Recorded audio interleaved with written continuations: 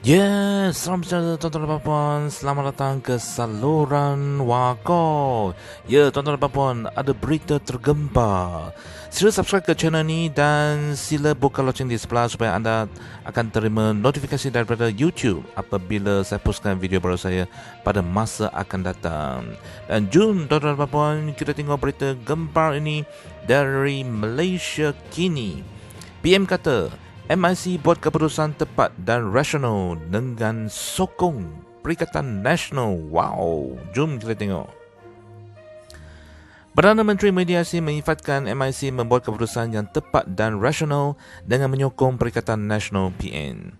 Dalam ucapan di Perhimpunan Agung Tahunan ke-74 MIC hari ini, Muhyiddin juga menyuarakan harapan agar parti itu terus menyokong PN pada masa akan datang.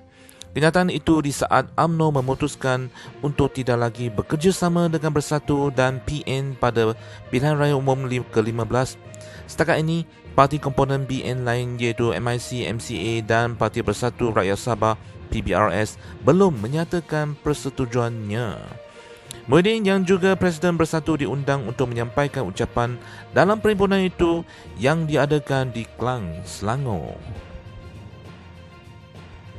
Menyampaikan ucapan melalui telesidang, dia memuji MIC kerana memahami cabaran yang dihadapi negara dalam melawan wabak COVID-19. Saya fikir pimpinan MIC faham akan situasi yang dihadapi oleh negara dan rakyat pada masa ini dan oleh sebab itu terus memberi sokongan kepada Kerajaan Perikatan Nasional untuk mengurus negara dan membantu rakyat. Ini adalah satu pendirian yang tepat dan rasional.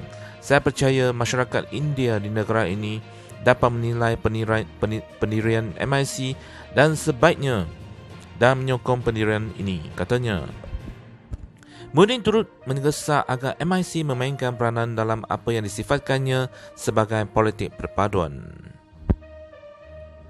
Sebagai parti politik, sumbangan paling besar yang boleh dilakukan oleh MIC ialah dengan mengutamakan politik perpaduan demi khidmat kepada rakyat, bukan politik berpecah belah demi kepentingan yang sempit. Kita telah memasuki era baru dalam politik negara kita. Tidak ada mana-mana parti yang boleh mendakwa mereka lah parti yang paling dominan dan lebih berhak untuk memegang tampuk kuasa dengan memperkecilkan peranan parti-parti lain. Ini politik lama, katanya. Walaupun hanya menyebutnya secara umum, kenyataan itu boleh dilihat sebagai serangan tersirat terhadap UMNO yang sebelum ini mengeluh pihaknya tidak diberi peranan besar dalam Kerajaan Perikatan Nasional. Dalam Perhimpunan Agung UMNO minggu lalu, pimpinan parti itu dengan jelas menyatakan parti itu perlu berada dalam kedudukan dominan dalam kerajaan yang dibentuk selepas pilihan raya umum ke-15. Menurut Muhyiddin, semua parti ada peranan dalam era politik baru. Kerana itu, kita perlu mengamalkan budaya politik yang berasaskan kepada persefahaman, perundingan dan konsensus dalam mencari jalan terbaik untuk memelihara kestabilan politik, membela nasib rakyat dan memacu kemajuan negara.